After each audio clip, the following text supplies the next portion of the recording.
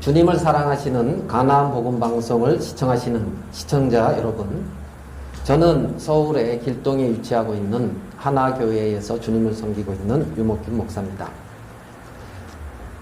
가나안 복음 방송을 통해서 여러분과 주님의 말씀 안에서 같이 만날 수 있어서 감사합니다. 아멘.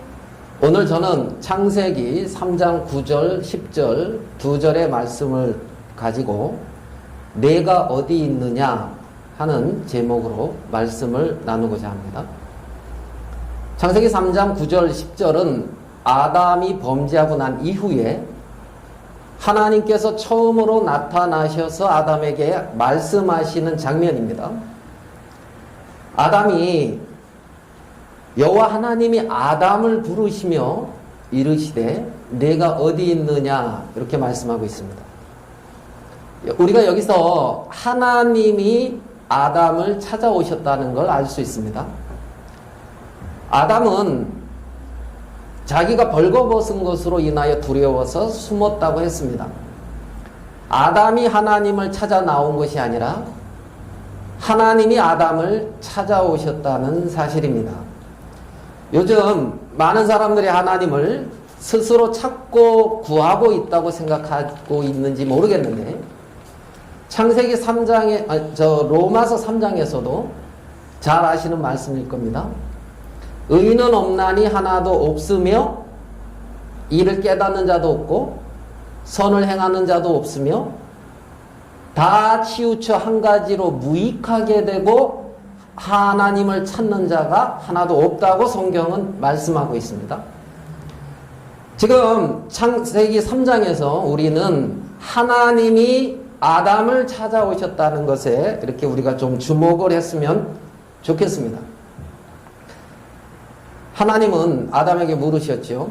내가 어디 있느냐? 너 어디에 있느냐? 전능하신 하나님께서, 전지하신 하나님께서 아담이 어디에 있는지 모르시지는 않을 겁니다.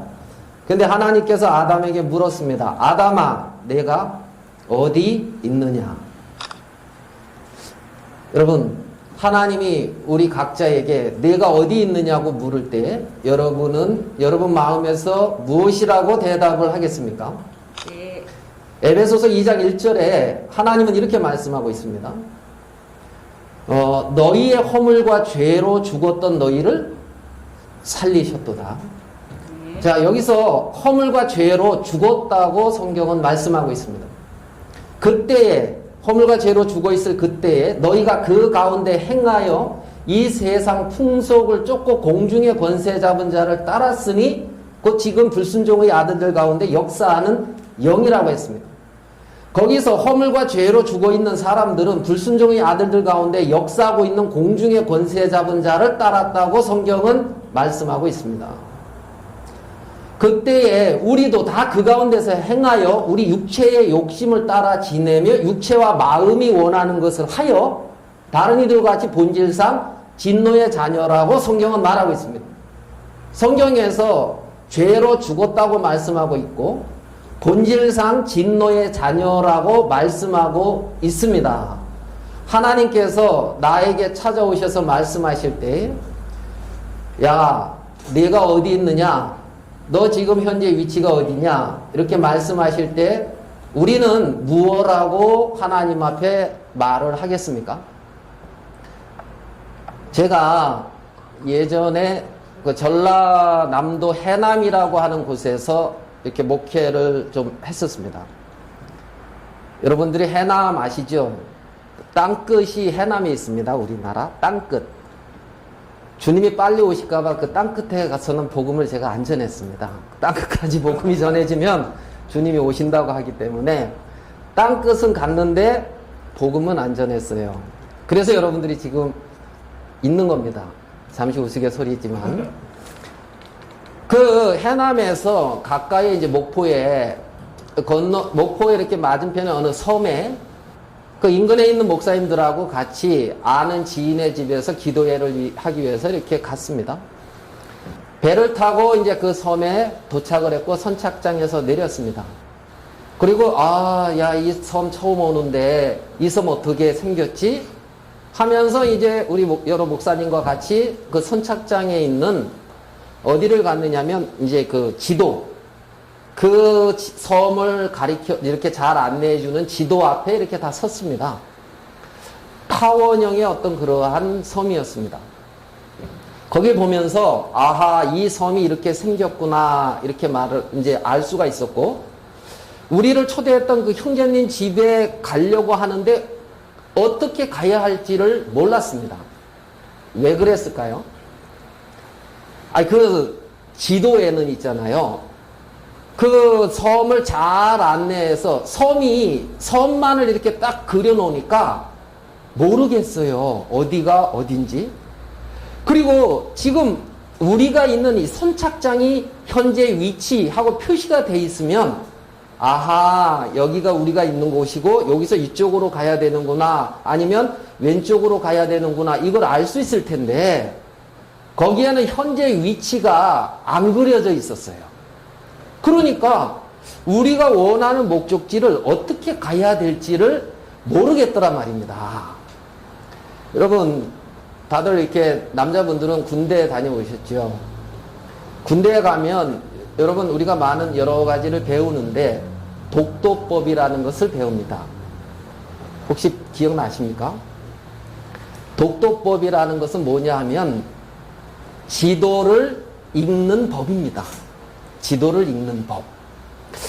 개인적으로 제가 생각하기에 어떤 한 소대나 중대를 이끌고 있는 지휘관은 그 독도법은 필히 알아야 된다고 생각을 해요. 예를 들어서 어떤 특수부대가 소정의 임무를 띠고 이제 적의 후방에 낙하산을 타고 침투했다고 합시다. 그들이 지도에서 어느 고지에 가서 어떤 작전, 어떤 일을 수행하라고 하는 명을 받고 갔다면 그 지도에서 목적지를 어떻게 가야 되는지 그 길을 뭐 A, B, C 어떤 세 가지 길, 올라가는 길을 안다고 가정합시다.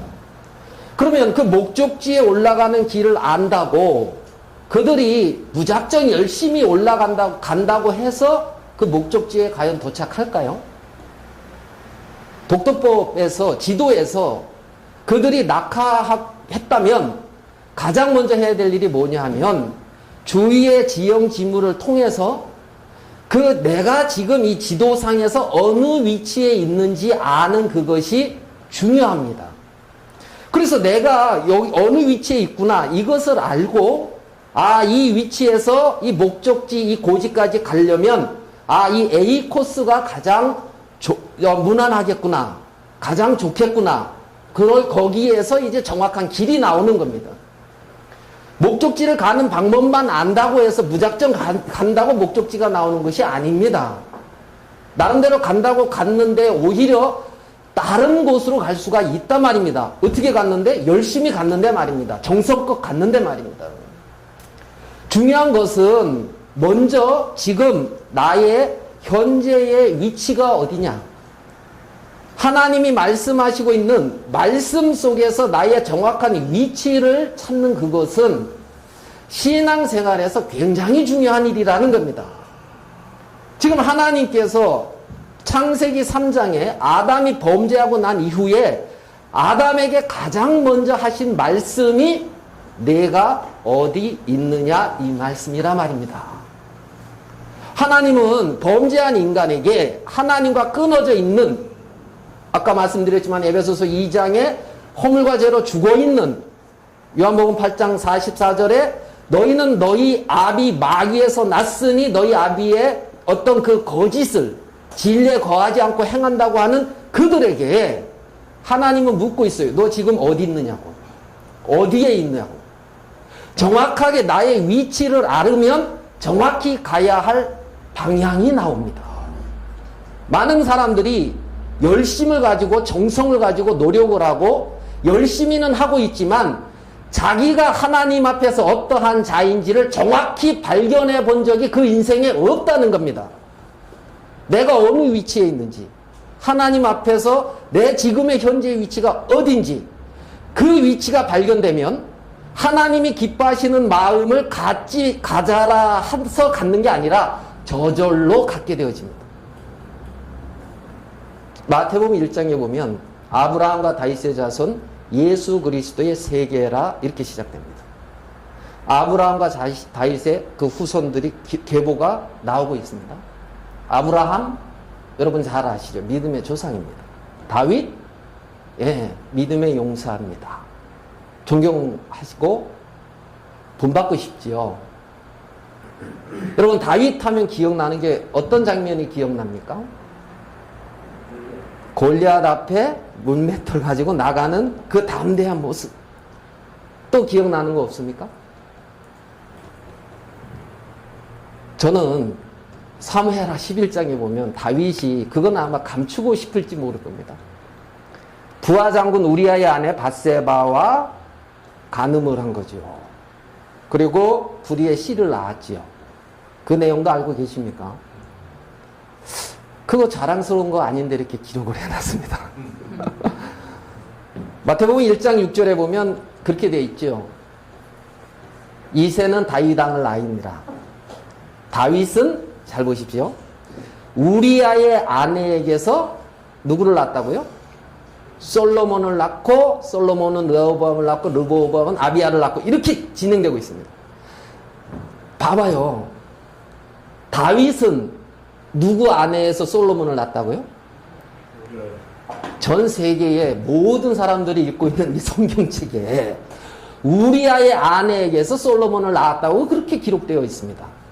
여러분, 자식은 내 아내에서 낳아야 됩니까? 남의 아내에게서 자식을 낳아야 됩니까? 묻는 게 어리석은 물음이죠. 참 이거 넘사스러운 그러한 장면입니다. 다윗은 그 일을 하고도 크게 감각이 없었습니다. 사무엘하 11장에 보면. 사무엘하 11장에 보면 이렇게 시작됩니다.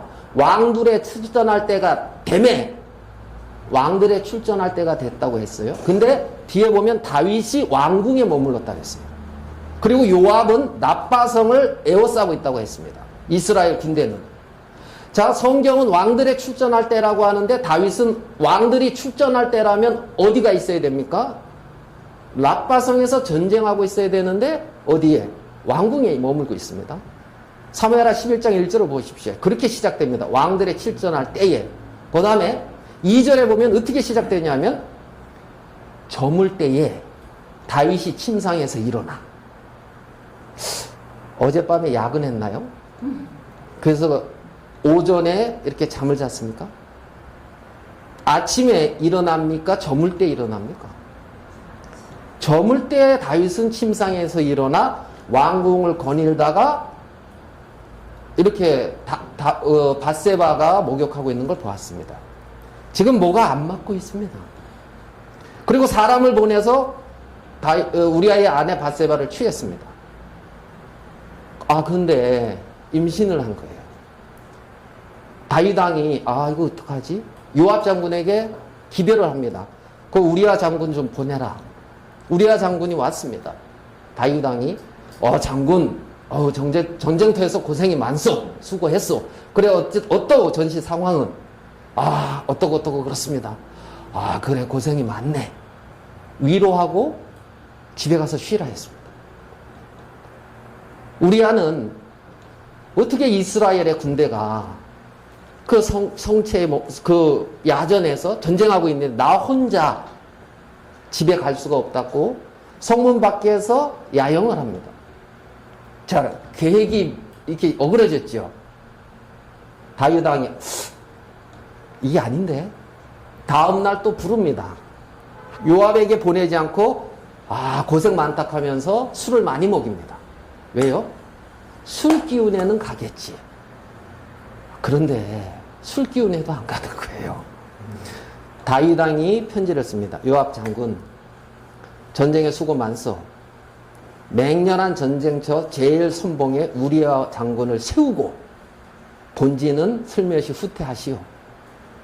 이 말은 뭡니까? 우리아 장군을 죽이라는 겁니다. 우리아 장군이 그래서 죽었습니다. 죽었어요. 그러면서 이제 다윗은 우리아 장군의 아내 밧세바를 자기 아내로 데려고 왔단 말입니다. 사무엘하 12장에는 이 일이 여호와 보시기에 괘씸했다 그랬습니다. 나단 선지자를 하나님이 보냅니다. 다윗 왕이 선지자여 웬일이십니까? 예 왕이시여 근자의 이스라엘에 이런 일이 있었습니다. 그래 무슨 일이요? 어느 동네에 부자가 있었고 그 부자는 양과 소와 소떼와 그런 나귀와 많은 재산이 있습니다. 그래요? 그 옆집에는 암양 하나를 자기 새끼처럼 기르고 있는 가난한 집이 있었습니다. 그래요? 그런데 그 부잣집에 손님이 찾아왔습니다. 다행이네. 가난한 집에 안 오고 부잣집에 왔다니. 다윗은 그렇게 듣고 있었습니다. 그런데 왕이시여, 무슨 일인가? 그 부자가 그 가난한 집에 자기 새끼처럼 기르고 있는 그 암양을 뺏어다가 죽여가지고 손님을 대접했습니다. 뭐야?